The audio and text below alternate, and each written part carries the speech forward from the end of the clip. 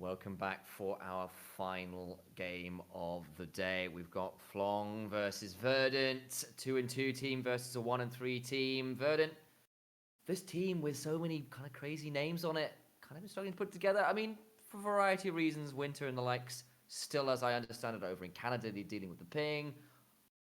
Fløng, on the other hand, more of a volatile team with some interesting top lane Vengadif stuff going on.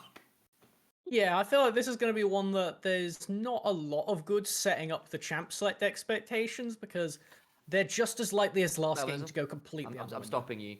Go for it. Every time today that we have set up champ select expectations, we've had to deal with some truly bizarre Alice in Wonderland Mad Hatter's Tea Party drafts. So you're saying we want that? Okay, Karthus, Yone, mid lane It's Pharaoh, time, alright, yeah. we'll get rid of Every time we try to talk like reasonable standards, reasonable expectations, we just end up with like Silas into Mundo, or Seraphine Karma mid bot with Vigar. That was mid definitely my highlight, like mental screenshot of the evening of like, yes, I was expecting to see Seraphine, Karma, Zinzao, whatever it is, on the first 3 picks. That was exactly what I was thinking coming into it. I'm glancing over at my notes, feeling slightly afraid because it feels like I'm gonna look over and go like, how many of these are actually going to be useful now? Like I put a lot of time. We put a lot of time. Yeah, we did. We went through a lot of takes only for them to make our lives incredibly challenging. But never mind us kind of memeing and bemoaning the madness that's been occurring today. It's been a lot of fun. I joke, but it's been a lot of fun. But Verdant's on the blue side, Fløng Esports are on the red,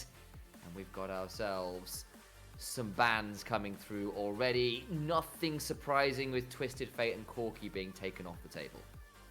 Okay, so again, gonna bring him up. We haven't seen him yet, but Zeri, still on the table, is something that teams, depending on how much they value it, might get banned out here. Caitlyn, very high priority, as said. We've seen pretty much Jinx and Thresh be two of the highlights of the day, so I'm excited to see how both teams evaluate them. As blue side, it's always dangerous leaving all of these lists open because it means that potentially red can snap up a lot more than you, as we do get that Zeri taken away match with the Camille. Absolutely, and again, just want to kind of call out, Fløng doing pretty well, but they've been kind of reliant on volatile early games, which just sometimes come back to bite them. Verdant, on the other hand, I feel are a team that have yet to really hit their stride. There's been a lot of reasons for that, of course, bringing a lot of players in from, like, of course, Valkyrie's in from Prime League, Keys, I'm Keys, it's like, as far as we can tell, transition from top lane to jungle this split, Winter's still playing from Canada, and yes, they've got the win, and I kind of want to see what they can do to try and continue the journey onwards. Last couple of those bans came through, those 280 carries you mentioned. The Gwen was the last ban from Verdant, and I want to see where Verdant want to play, considering there's still a little bit of growing pains for this team. I think Thresh is always a safe opener. Thing is just whether Winter does want to play that on ping kind of situation. Is one of those champions where you can really flex. I think taking the Aphelios is a fair way to approach it. Jinx taken away, it means that now if you are to pick up the Thresh, you're going to have to take a bit more of an abstract pairing, something like the Senna we saw last game coming out from Divinus as that duo. Other options still on the table if you do want to try and steal it away, or you can just forget it altogether and say, you know what, you can have your Thresh Aphelios, we'll pick something that can survive the lane safely on the tower, and Jhin is the epitome of that. Jhin is exactly that. First Jhin we've seen all day, actually, considering how popular he's been around the world, but is now locked in. Got to see what the response, of course, or rather the response to the second pick is here and what they want to pair it up with. Yumi comes to mind. It's been a common one down there. Something like the Leona as well for a bit more all-in lockdown. A few options left to go, and still sort of things like Thresh to consider as well. Gonna be a very safe lane in all principle. You have a lot of lockup. Curious to see if we will get the Aftershock or the Glacial Augment Thresh when you can set up with such a big slow. Works brilliantly with the Jhin, sets up nicely into all those skill shots that he's got in his pocket. As there are a lot of options still available for Winter to take. They could look for the Nautilus as an aggressive option. There's always Brom and Lulu. I feel like this is just one of those champions that he warps the support pool around him, where you kind of have to be conscious of all these brilliant pairings because they work for different reasons, but in so many unique ways.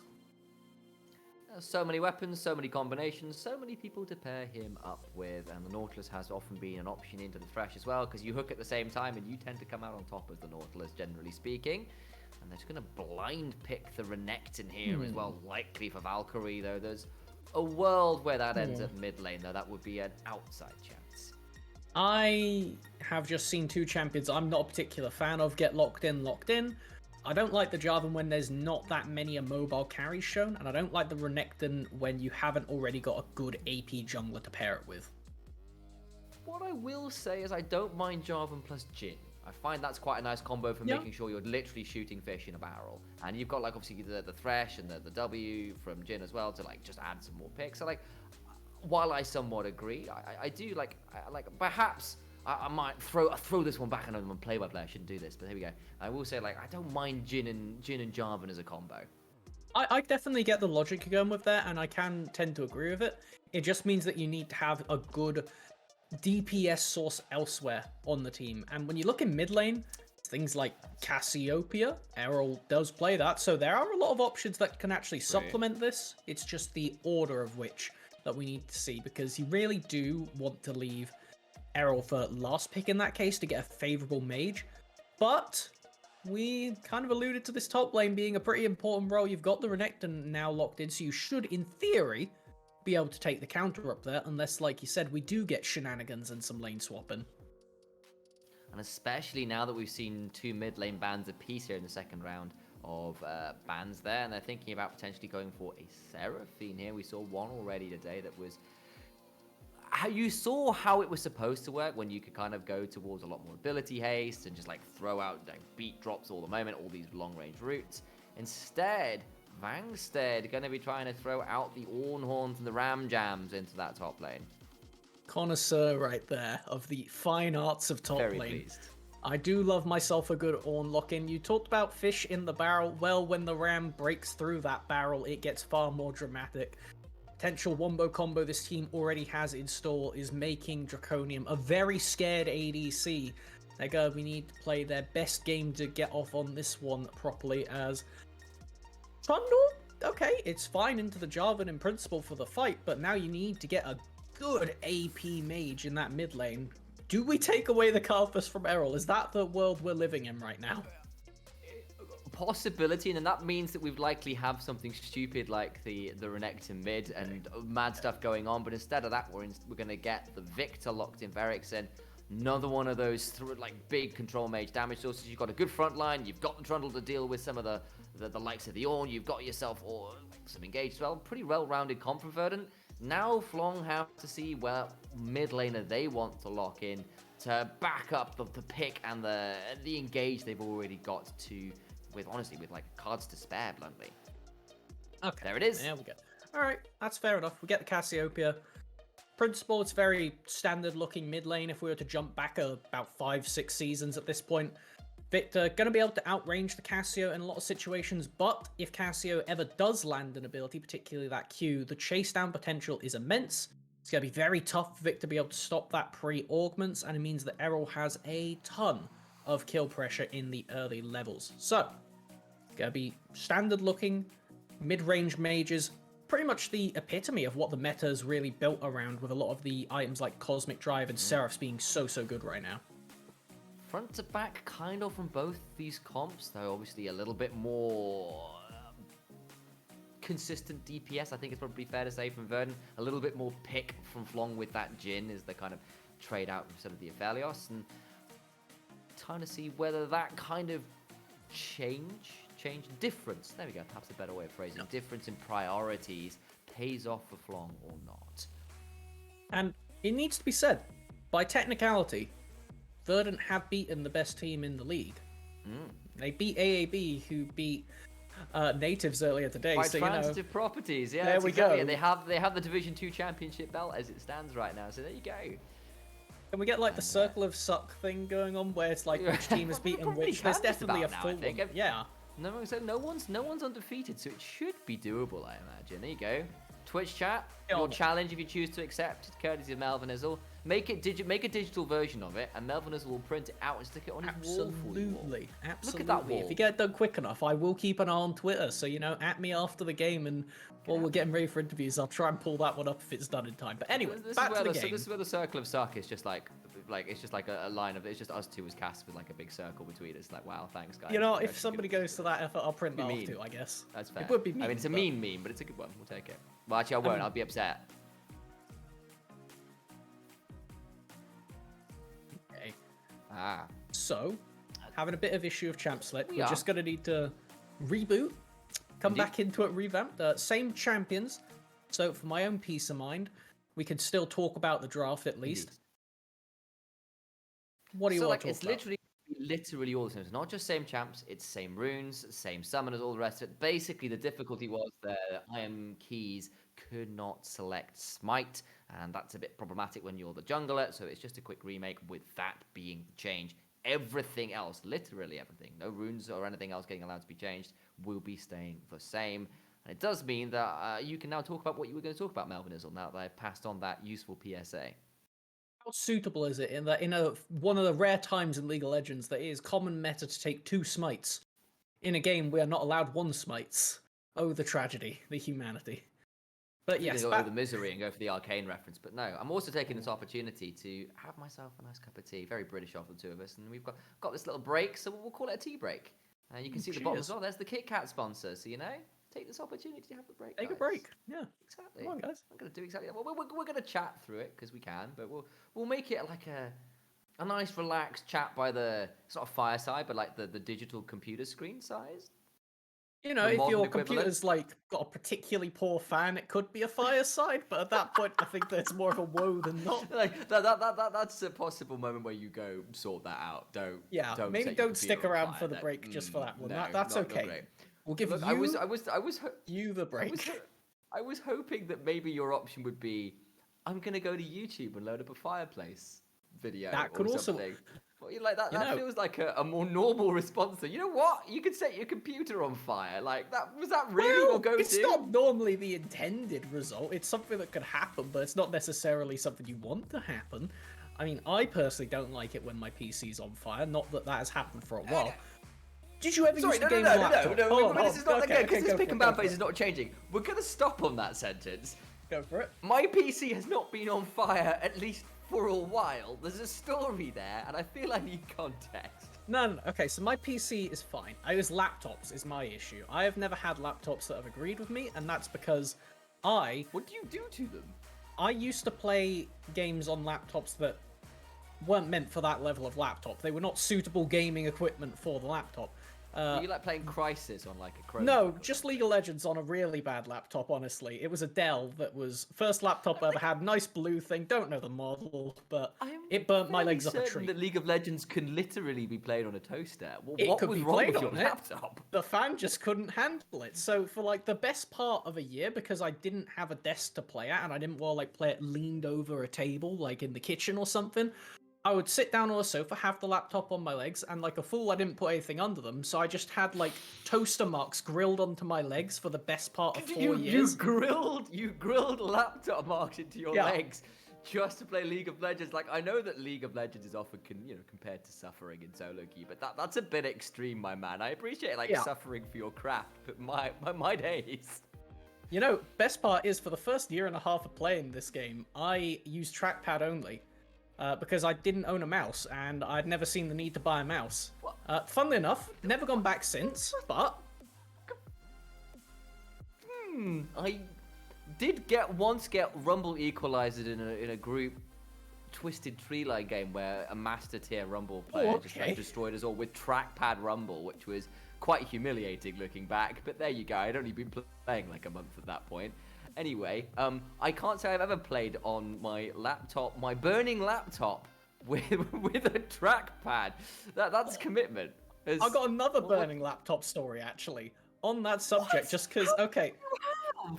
So, basically, right, I was playing in a uni team, and we got to new finals, and that meant we were going to the live event in London, right? Tell me you weren't playing with trackpad. No, I didn't play on trackpad. There were completely other different stories about the issues we had with setup because I can't do a capacitor to save my life. It took me 20 minutes to get the Discord capacitor down, so we couldn't talk to each other at the start, but not the main story I was here for. I travelled down to Exeter because that's where I was at, I was at home at the time, so I travelled down there with my laptop, sit down at my desk. Been a little while since I've been in the place. start, booting up the game. We get ready to do some scrims the night before because we're about to get a bus to London in the morning. Don't ask me why the logistics of that, but my laptop breaks 5 minutes into the first game. Like, it just burns, leaves a mark across the desk, blue screens. It was awful. So the night before we're meant to be playing finals, I just can't partake in any practice games whatsoever. Oh dear. We lost. One wonders why. Yeah, well, I was a degenerate Ivan one trick at the time, and not much has changed. I mean, I'm about to say, I feel like the degenerate and Ivan one trick statement is still kind of true about you. So, what are you gonna do there? Gets the job done. Degenerate. What's that? You have got a very you've got the most austere and auspicious wall, or just background in general in most of the remote casting scene. It's a well regarded piece of. I know it's not how Worlds works, but theoretically, if casters got world skins, I'd like Ivan to put up a bush that was just this wall. That would be like the ideal. You could even have Daisy with the same kind of textures. I've thought about this kind of thing before, Like, your love of Ivan precedes you, but that's quite extreme even for you. I mean, I think we've still got a little bit of time before we get onto the Rift. No, we don't. I've cursed it or blessed it. I'm not quite sure, but we're onto the Rift. That means we can move away from Ivan. I was going to ask you about what you thought about the Ivan mid, but instead we'll talk about 5-man fans. Loved it to bits. I'm really happy for you. I could tell that Soraka was the next pickup, and I felt after trying the Ivan mid game, I felt compelled to play Soraka mid for some reason, and it turned out to be the next play. So there was a little quote from LS actually about that as well. Okay. While we've got a bit of time, there's some dancing going on in the rivers. We have some Game 5 enjoyers. Exactly, some Game 5 enjoyers. Look at that. Fantastic moves. Some fantastic quotes about Soraka mid, where LS said when he was telling Faker that Soraka mid was good, Faker just turns to Teddy and goes, "See, I told you," and Teddy throws up his arms. So the big brains among the community clearly like it. As there's a big brain fight at level 1 here. Gonna be the ignite down to Guff, flash onto Rotterbengi, gonna try and stay alive as well. Errol getting rooted in place as well with that passive auto flashing over the wall. One final auto would surely do it. Moonshots! Gets it. First blood to Draconium. Oh, this is dire right here. I mean, Guff manages to get out, only burning the heal, but you trade Flash on the mid laner for the Trundle. I mean, we've been talking about Trundle, what it feels like for the best part of this evening. When you're in a mobile mage, ... Trundle pillar means bad. So Errol is going to be playing this lane on not just hard mode, but like super hard mode, because the pillar chains perfectly into Ericsson's gravity field. Like, this is rough. Here we go. Key's going to throw down that Winter's Domain to try and find their way out of here. Okay. Errol's still level 1. That's the Q going down. Key's trying to trade this one out best they can, but that level 2 runs straight over to Blue Buff. Gets the return back for Shafty. I am once again activating my trap card of Caster Curse, talking about how this is going to be so difficult for Errol. In fairness, that one probably still holds true, but Iron Keys is going to get punished for the stay after that right there. A bit of skirmishing in the top lane, no more Peace being the only option, as it will be the early game Renekton leveraging their strength, but as we can see, Ornn pretty good. Went to flash there for a Searing Charge. God, Caster Curse! I think, and that was unfortunate. Hashtag Vangadif, I guess. Nice idea, didn't quite work out, unfortunately. And Valkyrie feeling pretty happy about earning that summoner for free, as Shafty continued to be obnoxious as he can be. Has moved over towards this side of the jungle. Didn't steal away Keys' red buff, but stole away some of those small raptors. He's wrapping around a little bit as well to see whether there's anything there, but I don't think there will be. Instead, Keys just going to head out and secure the Scuttle Crab and saying, well, fine, Shafty, you can take my Krugs if you want, but I'd rather get the Scuttle Crab vision, thank you very much. Shafty is level 2. Yes, there is potential here, but if it goes wrong, it goes completely wrong. It might well do. He's going to turn up surely Draconium's flash, and that means he's going to be an easy EQ. The flag, the drag, might be able to go down afterwards. Does flash out, Rotterbengi getting rooted in place. Keys going to try and get as much damage down as they can, but where's the roam down? Errol gets Ericsson in mid lane, and now the fight in bot lane is still continuing. Shafty's gone back in. Surely you don't want this. He dies as well. But wait, somehow Jhin gets a trade back, and it's just a bloodbath. It's 3 for 4 on the kill score overall. We're juggling double buffs. Okay, so the buffs are never going to die. They'll just be traded to the next person in line. Yeah, okay, well, you know, the inheritance really coming through right here, and Guff is going to be the main beneficiary, as Vangstead going to get the favorable end of this. Oh, that's a big knock-up. Remember, there's no flash. That's the Conqueror stacked as well. No mana for Vangstead as well means probably not the easiest continuation of the trade. Right, We get a okay. replay of what happened in the mid lane, and hopefully this might explain how on earth Errol Flashless manages to get the 1v1. Okay, so this is Ericsson walking forward, and Victor, very good in the Poison. early game if you do not get in an all-in fight. As then we turn back down to this bottom side, Shafty actually goes back in after escaping, and I'm going to say it comes out net worth, because this Jarvan with double buffs doesn't matter. Okay, what on earth is this? What? We're back up for it. It's like, In you know base. what? We have got 2 kills a minute right now, and I am all here for it. Valkyrie secures a kill on the top side. Shafty's going to be here as well, and this whole farming, pathing, map play stuff, no. Just murder the opposition. It's my kind of League of Legends. Yeah, this is definitely play-by-play lol right here. This is not a colors game, as I'm going to happily sit back and start The color is talking red. about... Blood all over the floor. There's a lot of it right now. As the double buffs persist, I feel like we could get the chronicles of these double buffs if they end up getting moved over one more time.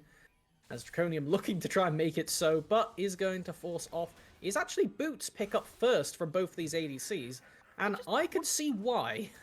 Like, this game has been so much action in the first 5 minutes that literally nobody on the Rift has a flash.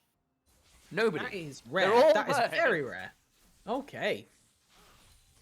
Well, so many targets now for ganks, for engages. There's not a lot of summoner spells at all. In fact, can't there is choose I'm wrong. looking at a heal and a teleport up right now. Those are the summoner spells, not including smites. yeah, you really can't choose wrong, and I'm starting to get a little bit scared for Ericsson in this mid lane, because they do have the Jarvan hovering around them. Yeah, you have the Trundle, but the thing is, Errol's flash is going to be up in about 30 seconds, and considering the ultimate is now on the table, these two can turn a fight, even with the level disadvantage on the jungler. And Shafty tried to go for an invade, and unfortunately, some of his pathing, while it's gotten him involved in a number of kills, has left him somewhat low in CS. Did try to invade again, but once again is forced to pull off that Raptor invade. That's 2 now that have kind of had to be somewhat aborted partway through the mission. Fortunately, he's going to be able to pick up some catch-up XP off of those camps, just barely because of how relatively far behind they are compared to the rest of the game. He's going to drag them a bit up into it on this Jarvan, as we actually see them abandoning their Grump and coming down for this Crab, because that is a camp that doesn't fight back, and that is what Jarvan likes right now. Yeah, none of this fighting back business. Just going to go straight onto that Crab, as you said. Does pick it up. But I am Keys is around as the top side. My days, this health is so low! And Valkyrie goes down, gets the kill over onto Vangstead. And now Keys has come in here as well to try and make Shafty's life difficult. Just hanging around, Blasco doesn't go down, and here come Guff and Rotabengi to try and make this blue buff invade a bit of a mistake. Winter's around as well, Draconium though, not there as yet, Blascone over, Death Sentence goes wide, but wait for the Flay instead, there's a dredge line in onto Shafty, rooted in place, does get out with the Lantern though. Actually, I apologize, not the Lantern, just the Flag and Drag, which can ignore, of course, the root, because displacement ain't another normal kind of movement. Now we have the continued fight over this blue buff. Thing is, though, Errol walking down, flashback up on the Cassio and the Trundle here. Keep your eyes. There's the deadly flourish from across the wall. Errol's across here, and what is it with blue buffs today and being a complete cluster of a fight? Ericsson gets the kill onto Rotabengi across the wall, and now they continue to, at least Errol gets a hold of that blue buff, but that's about the only win there for Flong, is this red side blue quadrant of the jungle has just been like Sector 0 for all the fallout it feels like in these games. Alright, so let's take a quick gander at what actually happened in this top lane where Valkyrie was able to pick up that kill, because it looked like it was a fight that Vangstead opted into because their ult was down. They get one brittle proc, continues down, but the stun comes through so you don't get the reactivate. That is a solo for the Ornn if they manage to get the second R. Beautifully played by Valkyrie to use that in their favor. I love the little mind games that you could have right here with the Unstoppable on the Bellows Breath versus the stun that Renekton has right here. And so far, Valkyrie coming out victorious. As indeed, one gank got him an initial kill, and a second solo here has done pretty well, but actually is now blast-coned into what could be a spot of bother. Of course, with the Rift Herald spawning, could be some trouble. Stunned in place, even with the flash, the pillar comes down. Of course, you can break it as Vangstead with the searing charge, but it won't matter as I Am Keys secures the top laner, and we'll move over to this Herald. So, normally I would like to talk about scaling at this point in the game, but I'm actually going to do the opposite. I'm going to talk about the early game powerhouses, and 4 of them are on the side of Verdant. You have got this Trundle, Renekton, Nautilus trio that are notoriously very, very good on low econ in these early levels. As soon as level 6 is unlocked, they are complete monsters with just base kit. That was aggressive from Valkyrie. And For then, a moment, I thought there was going to be a bit more coming through. It's like, no, surely not. yeah, I mean, you're against the Jarvan Cataclysm, so you're always going to be able to slither your way out of there, as the Crocodiles are one to do. Don't even think about it. And then for the ADC, Draconium has a lot of utility available with the Graviton. Stop laughing at the Slither and Crocodile and focus back on the Cassiopeia. It's a Cassiopeia on the other team. I don't think know! She was coming up next in the choice! Because she's the only early game powerhouse they have. I realised, you know? I Lizard brain commentary, that's what this is. Okay, okay. Only some gentle mockery. It's getting to us. It's getting to us in a different way. Oh. Well, you know, they're pretty old champions at this point. Bit of a dinosaur of League, you might say. Been around from pretty early on in the game, and I'm going to stop with the puns now before I get in trouble. I can feel Melvin's withering disappointment with me across the airwaves. No, I'm fine. I'm good. Are you? I'm loving this. This is honestly a lot of fun right now. This is very much different to all the other games we've had where it's felt like it only started at 7 minutes onwards, first dragon fight on, and then it started to ramp up from this.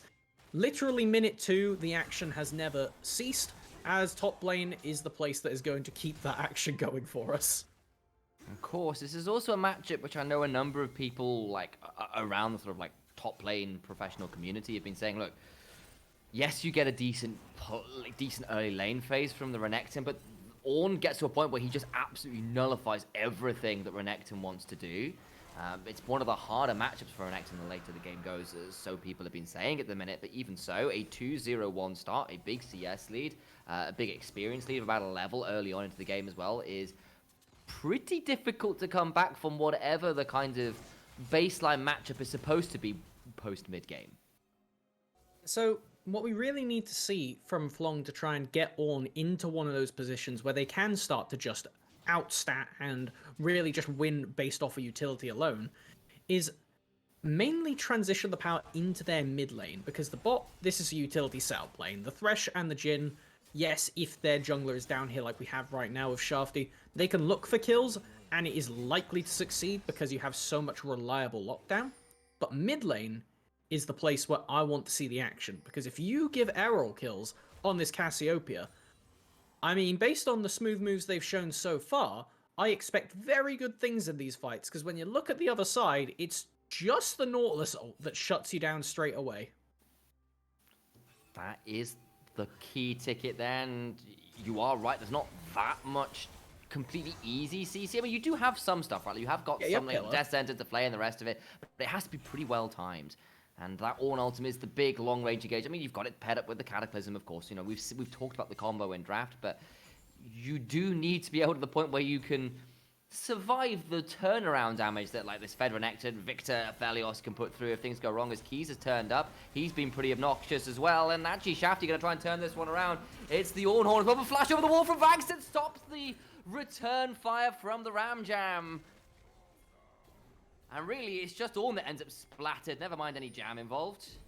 I do not need my Pepe Nectar in this game. It is happy croc hours as Valkyrie is going to look for the dive. The Thresh Lantern is there waiting, but the ward on top, they may not be able to get out. That's a decent Cataclysm. Big three-man flay, but oh my days, the turnaround damage. Errol's turned up, got one. Now they need to try and find their way out. That Herald does get a lot of the plates. Ericsson gets one back, so it's a one-for-one trade, but now Errol was trying to run down some more people, but just can't quite get close enough to make that an even trade. It's 2-1-1 on each of these mid laners, but the gold lead definitely looking Verdant favored right now. I am loving the resources going over to these two mid laners, because the Victor and the Cassio are such skill-intensive carries to get to watch in these fights. And you can see that Ericsson with the Ghost is going to be going very quick, and that is going to be their main way of being able to outplay Errol, because in the straight-up fight, Errol will always do more damage, but Ericsson has the ability to, well, be more mobile, simply put, as we can see here. Gonna try and chase him down. There's the pillar. Remember, the flash already burned, but the teleport comes through in response. Death Ray comes out. And the oh ho ho Kiana emote comes out. As the mid lane, it's been cancelled indeed by Valkyrie. Yeah. There's the searing, the Bella's Breath rod, not the searing charge, but either way, Vangstead not gonna be allowed to turn up. Instead, here comes Keys to start returning the favor that Shafty was doing earlier on in the game, stealing away some of those Raptors. Pillar comes through on a Vangstead. Remember, no flash. A bit of a chomp comes out of the Forge God, but not too much more to be found. It's exhausting, in a good way. But I didn't see any exhausts, so they've only run ignites actually in the bot lane right now, so enough of that. But the top lane tower did fall down. Aphelios gets a big chunk in bot as well, and has got a fairly significant CS lead. Now it's the blue buff again, Melvin Izzle. I can't believe it, we're here again. That damn buff. It might be more of a debuff at this point as Keys is grounded and poisoned into his own demise. Errol gets the blue buff again and gets a kill to boot as well. What an addition. Well, that's a great buy one, get one free. So, like, the tier of objectives, you start off with Elder, you go down to Baron, then you have the Dragons, the Rift Herald, and most importantly, the red team blue buff. Exactly. That's that buff that's the tier list right there. It's exactly what you needed to win the game. Just madness across the Rift. It's about a 3,000 gold lead, but I don't think I would call this game clean from any parties right now. Though I grant you, Valkyrie has had an exceptional Renekton performance thus far, and I feel like Draconium's laning has been pretty good to earn himself a 30 CS lead out of just, mostly just laning. And because we haven't really paid much attention to these two ADCs, we do have double Gale Forces, but I'm going to have to stop there because the action never stops. Forcing the flash out of Ericsson, the utility Ornn, we see here, we're talking about the mythics on the bot lane. Vangstead is not getting a mythic anytime soon. They're going to be lucky to be getting any XP or gold, because like you say, Valkyrie having a great game so far on the Renekton, it means that the best way Vangstead can really leverage their utility on this Ornn is to get around the map and really punish those immobile carries, punish that Victor and punish that Aphelios to try and get something done that the Renekton just can't. Of course, Errol on this Cassiopeia, 3 1-on-1, up a fair amount of CS. There's the Herald being summoned here as well. They managed to sneak away. Yeah, that's a pretty good start. That will secure that tower, so they do manage to get themselves a turret of their own and helps narrow that gold lead a little bit. All the while, though, Keys has taken the opportunity to take up this second dragon. Hextech Drake goes down, and we're onto an Ocean Rift. Okay, so with that Hextech Dragon going down, we get the Ocean Soul. These bushes are going to contribute to a lot, but who cares about that? We've got a troll. Ooh, big chomp, big heal comes through. There's the Gale Force and Keys. Remember, has no flash. The teleport coming through behind. Here comes Ericsson and the rest of Verdant, though, to try and make this one a bit more difficult. He's pretty damn tanky, this Trundle. Burning down does go down to Errol, and the bullets coming through. And Verdant, it's perhaps a bit ironic that it's winter that goes down as well, because the seasons are changing a little in this game. The early game was looking pretty good, and now they've suddenly given over a few kills in a row now on over-aggression, I think it's completely fair to say. Yeah, that's definitely the case. You could have been playing this a lot slower, and I know that you have champions that get outscaled. Oh, Draconium. For the most part. Oh, no, the Petrifying Glaive comes through. There's no way you heal out of that one. He gets a Moonlight Vigil, but the Vigil is to mourn the passing of Aphelios. Falls down there. 5th kill of the game for Errol. So strong right now. Actually, getting up in those Dark Seal stacks could potentially look for a Medjai's. Obviously, the Cassiopeia not able to buy boots, so if you are able to get that Medjai's to 10 stacks, the MS is really notable, because the passive gives you back a good amount of movement speed that scales up as the game goes along, but anything you can stack on top of it really does wonders for this champion. As we do see now, picked up the stopwatch, going to mean that diving on top of them is going to be a death trap, and unfortunately for the Verdant squad, it is only the mid and the bot laner that do not dive on top of this Cassiopeia. Unfortunately so, and a gold lead that was a pretty hefty 3,500 gold is now down to 1.5, if that. And that is a pretty good job from Fløng to come back into this game to find a win condition, because Errol has certainly become that. 2 items, Stopwatch, Phoenix Codex, that Dark Seal we called about, and the potential Medjai's that might become an option. Very, very venomous snake in this particular game. Going to be real challenge to deal with bluntly for Verdant. I feel like you're going to have to try and play around it quite literally. You're going to need to split the map in such a way where you have a 1-3-1 kind of going here, and then leveraging the fact that Vangstead is so far behind on this Ornn to try and get yourself snowballed ahead. You do have the advantage of 2 dragons, but unlike most of these games, because of all the scrapping that happened, it's going to be a pretty late soul for all intents and purposes. Earliest that we could get it is going to be around the 26-minute mark, and that is provided Verdant get both of these dragons that are going to be spawning pretty snappy one after the other, which is possible, but funneling into the river is scary when you're against the Ornn plus Jhin combo, let alone the Cassiopeia, who, if is allowed to stand in there ahead of time, will just tear you apart. Like, yes, Vangstead, yes, Shafty have taken a few deaths to the name, but bluntly, they've got all the utility they need right now, and they can pull off the combo because the people who have the goal for Flong, Errol, Guff, doing just fine in this game. More than fine, bluntly, and it does make walking up here pretty challenging, and while you've got your own items coming through, you're still down that completed second item that is Errol's real benefit, the real sort of boon he's gotten from claiming all these kills, getting all this CS, and makes walking in to contest this dragon a very risky prospect, as you said already. We potentially toggle over to the gold briefly, just so we could get a bit of a head-to-head comparison across the board. Yep. There's the gold lead up in that top lane. It is literally all in this Renekton Ornn matchup, which, again, if Vangstead could get a big ultimate, it doesn't matter if the Ornn had 10,000 gold or 5,000. They're still going to look for the knockup, and that's the most important part. ADC is dead even, and it's really the mid lane, Errol, is going to be the one that is the defining factor of how this fight plays out. Flong have priority on the objective, and considering that they're also the team with Thresh, Verdant are going to need to commit a lot to try and break through here and get in safely, which is going to be tough at the best of cases.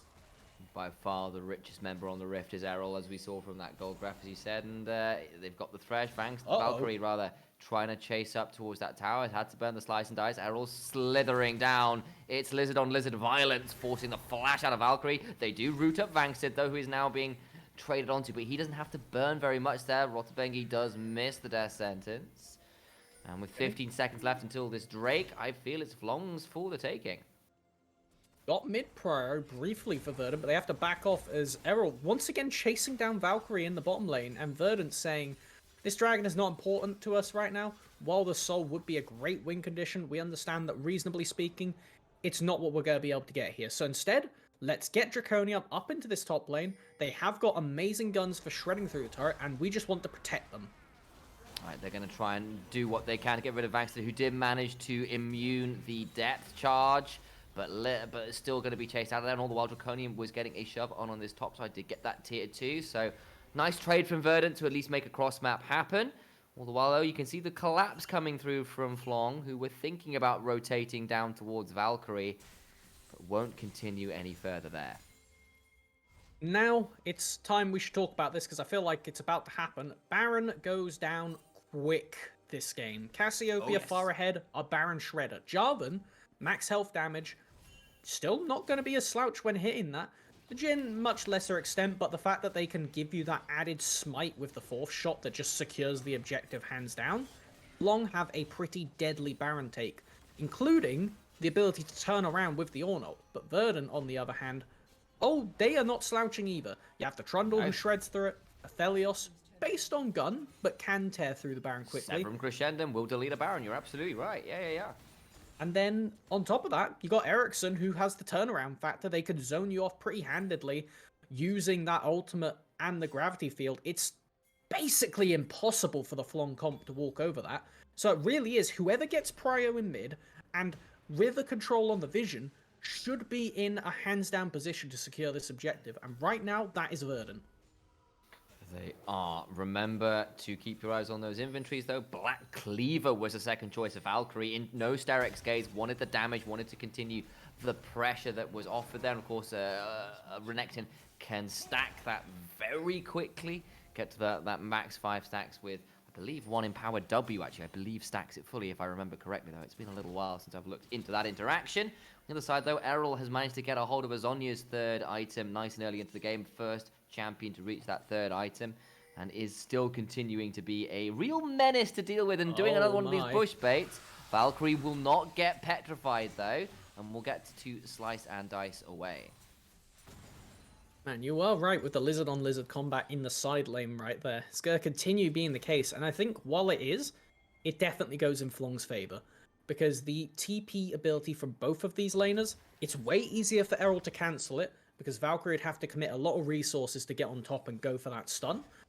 But the Cassiopeia just needs to shut down the Miasma, and suddenly no teleport for you. And then in the side lane, well, we've seen it every single time these two are on the same screen. It backfires. Oh, flash in from Winter. Gonna try and get the kill here, but they're gonna turn it around in turn. Guff now getting to open the curtains, having escaped with his life intact.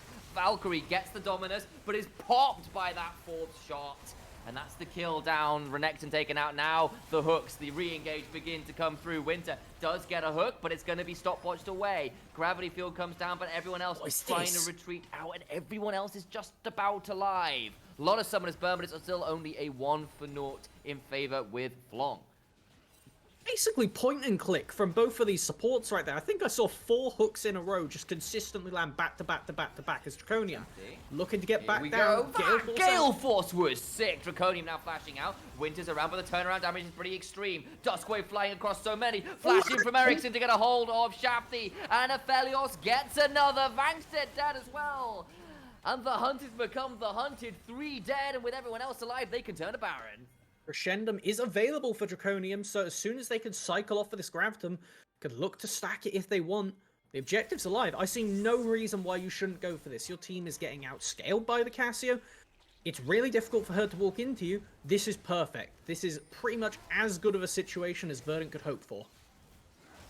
There's the weapons you wanted. Severum Crescendum is stacked. The Chakrams will begin to mount, and that is a very quickly disappearing Baron health bar. Blink and you miss it. Verdant turn around the engage in mid lane, and now they're the ones with the Baron buff. Let's take a look at what actually happened at the start of that, because it was such an elongated fight.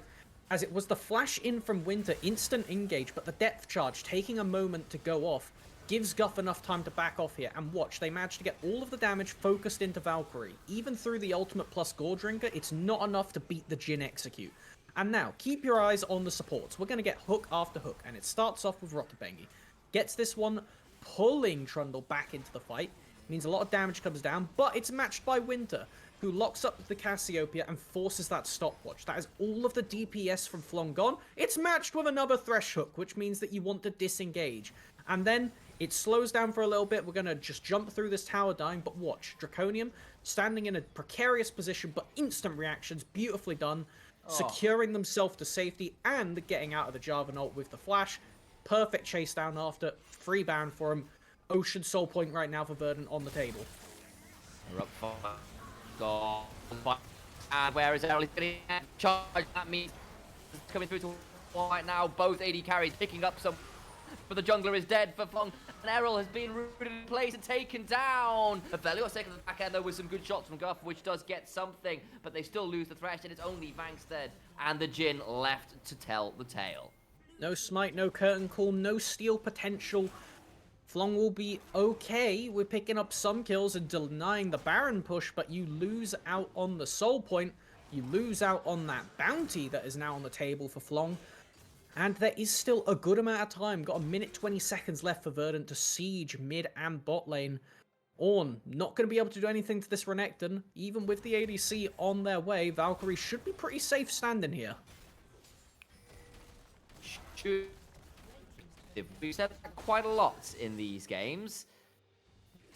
Of course, whether that actually plays out. The Baron buff is going to be on for a little bit longer. I'm not sure they're going to get too much more out of this. And sounds like we might get another quick replay of that dragon fight, which got pretty close actually at the end, because I thought they should have been Verdant all the way after they called Errol, but Guff at the back end of this did quite a lot at the back end of Verdant. And just buying the time, it means that Errol gets to go back into the fight, and it's completely split for the mid part of this. And it is solely just this Jhin ultimate that kills the Aphelios from 900 to 0. And yeah, Errol goes down on the side, but it's the fact it was so split that meant that Verdant wasn't able to just capitalize on how far ahead they are as a clump. They are indeed pretty far ahead. 28, nearly 29 minutes into this game. It's 3 items, at least on pretty much everybody, to hook onto IM keys, but not too much more to be found. Now to see with that soul point available, with the red dregs of this Baron buff still on their buff list, whether there's more to be found. Now, and about 3 minutes until the next spawn of that, about a minute longer until the Ocean Soul would be available for Verdant. What can Flong do in this time to try and buy space? Leandri's Anguish is being raided as well by all, and those ornaments beginning to come through, and that's the kind of drip that might earn you a ticket to another game win. I think that that's what you need to be doing. You want to be funneling as much XP as you can into Vangstead, because the extra gold, the 1,000 value that they generate with each of these ornaments, is impeccable and will bring you back into a competitive position without actually affecting the gold counter, which means bounties stay on the table, so you get that potential to turn around and have a massive swing without actually falling down stat-wise. Because right now, if we take a look at the gold while we have a moment, we can start to see that it is still that constant lead in the top lane. It is now extended up to 3.5k. Across the rest of the map, it is realistically Verdant favored across the board. Even that mid lane where Errol was so far ahead. Just Ericsson using this ghost and playing on the edge of fight so beautifully up until this point. Very clean victor game after that level 1. Indeed, there was that one solo kill you alluded to, but everything else has been pretty on point, all things said and done. Yes, it was pretty frenetic in the early game, but it has managed to stabilize a little bit. We're not quite at that killer minute mark anymore, and now Verdant looking to try and close at this game confidently, securely, not dropping too much. And it is about controlling the vision as the next part of this game. We're going to try and get a little bit of a route onto IM Keys, who throws out that game over emote, but a little more to be found at the end of that. And this is where things get difficult for Flong, because it's going to be harder for Errol to find those bush effects he was looking for. It's going to be harder for Guff to get the picks he might be looking for on this Jhin paired up with the rest of the team. Errol and Shafty spotted out as they try to stick around in a death brush around their wraps a bit, and this is making things difficult. The angle's not as easy to find anymore. And it's both of these teams are ever so good when they are first to the objective. When you are getting pushed in across the board, all of your towers gone, bar the ones in your base, Flong struggle to try and get out here and do things. Vangstead has leveled up though, so they are going to be able to upgrade another ornament when they group up with their team shortly come. As it is still going to be the level 15 only Ornn. We see 17 across the board for Valkyrie. Bit of aggression walking in, but the Dragon just currently being hovered on by Verdant. All they need to do is keep this mid and bot lane pushed out and never give Flong a chance to set up. Ooh. Interestingly though, of course, here's the fact that Baron is going to be up in 5 seconds, and Verdant don't have vision around here. They don't seem to be caring. Solid snake, one might say. Gonna think about throwing down that far side alteration, because remember, of course, a Jarvan and a Cassiopeia could definitely two-man that Baron. And being forced off that blue trinket, perfectly done by Verdant. If you did not throw it down when you did, this objective would have been lost to you. And now, bit of a weird situation for Flong, because all Verdant need to do is keep 1 or 2 people mid, maybe send Draconium down to that Dragon on their own. They should be able to solo it, but force him from Flong. It's time to hit the new beat from Ornn. Not sure whether this is going to be a club hit. The Ram Jam not getting all that much done, just not the impact he was looking for in the charts in mid lane.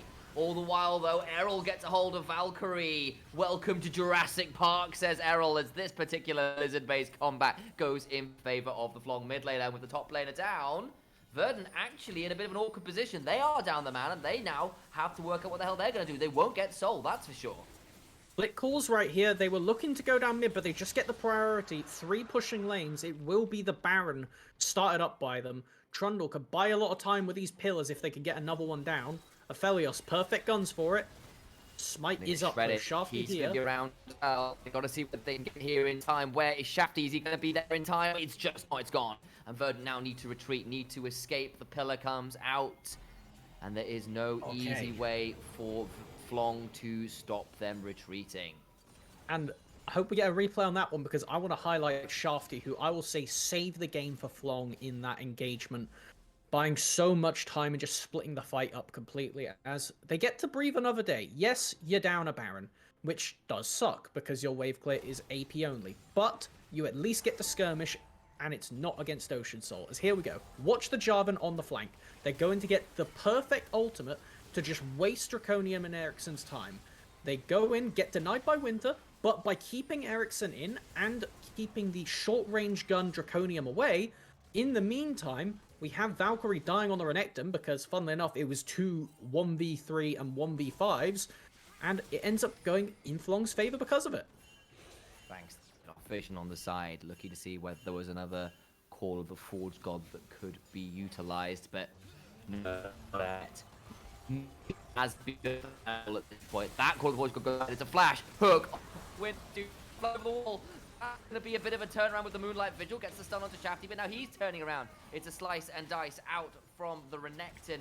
Deadly Flourish just rooted him in place again, though he's got himself a Blast Cone to escape. And all the while, Keys is cutting the wave because they know with the man down, they might be in trouble here. Look at Ericsson as well, he's shoving up the top side. This is a very unusual set of map moves. Draconium looking to try and prevent any easy resets, getting some damage down, and they at least pick up an objective bounty to Flong. But what else can they do on the retreat? And this teleport coming in from Vangstep is going to completely deny any attempt to take the base.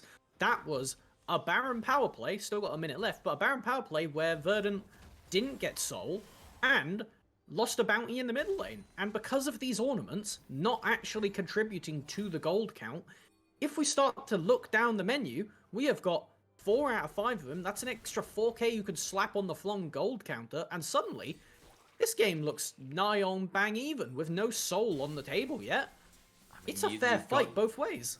I mean, that is a Typhoon inventory for Guff now. He's already doing vast quantities of damage at 4 items. It's the, I believe it's a Ceaseless Hunger is what the Gore Drinker turns into. That as well, gonna get to an AC Typhoon. Got that one right. Did I get Gore Drinker right? Ceaseless Hunger, yes! No, memory, okay. Memory serves. Pay-by-play card still held onto. Forge Fire Cape? I feel quite proud about that, actually. I don't know if you've already said it, but I think it's Forge Fire Cape, right? Come on. Let's see it, Reed. Show me that ornament. Forge Fire Crest. Crest! It's a color caster maneuver. And the Locket of the Iron Slurry, I think it's like, it's like something reliquary. I can't remember. He doesn't have that yet. We won't see it. We won't get to see it unless Vangstead levels. Alas. Either way, enough chatting about ornaments and, you know, patting ourselves on the back for remembering the appropriate names, because Vangstead is about to call the Forge God one more time, gets a knock up, and the root comes through after the Deadly Flourish. This pick option, so strong. Ericsson running away, but it means he's not doing damage to the front end of this. Keys into the back end with Valkyrie, but it's a 2v4. Draconium caught in the Cataclysm, well trying to heal up as much as he can. Has got an Infernum, Duskwave doing as much as he can, Flash, but will not stay alive. Forge God stays, and look at Goff, still full HP. This Jhin is a monster.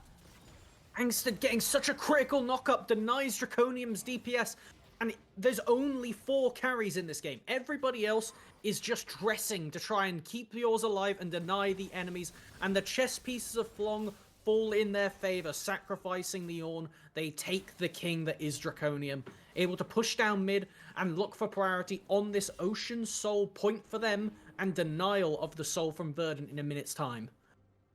Try and get back onto the map, and they will be respawned in time, but not in time enough really to contest for vision, and that could be the danger point. That could be the problem.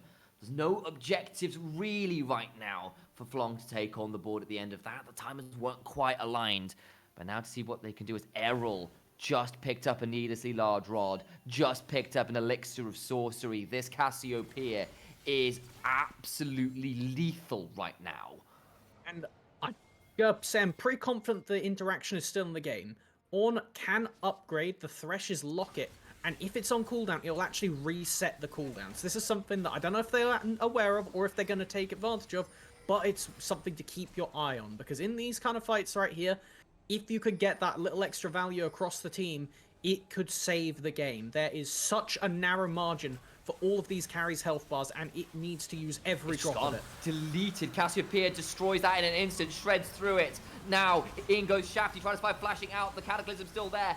The guns are firing at an Angel of Death in the form of Guff, doing their best. Look at the knockup, look at the CC. It's obscene. It's all Flong in this fight. Ericsson tries their best to get as much damage down as they can, but Bangsted, after the early game, getting some vengeance in this one. The Searing Charge comes through, and that will be the game win for Flong. You feel they've got a wave. They're chasing away the one remaining member of Verdant, and it looked so good. It looked like it was theirs to lose. And Guff on the Jin, Errol on the Cassiopeia come and take it right away from them all. Ericsson needs to get this kill and base if they want any chance defending, and I don't think they're going to get. Shafty excellently wasting every second of time. No hope for defending the base. Ericsson finishing the game godlike, but this god will be slain by Flong, who played the fights ever so well, even from a deficit across the board. Shafty on that Jarvan once again with another amazing Cataclysm to keep Ericsson and Draconium from doing their damage they need to. And it was a great recovery from a shaky mid to late game. And great stuff. Verdant, I can feel the frustration from here. That was so close to a victory. I would say one of the narrowest margins of the evening. Unfortunately for that comparison, we have had some pretty killer games as far as it goes for the back and forth department, and that is definitely going to be up there with them.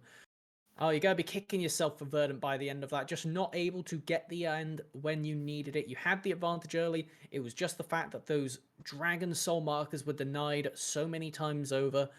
And with the resources, we saw it right there. Errol pumped out insane damage.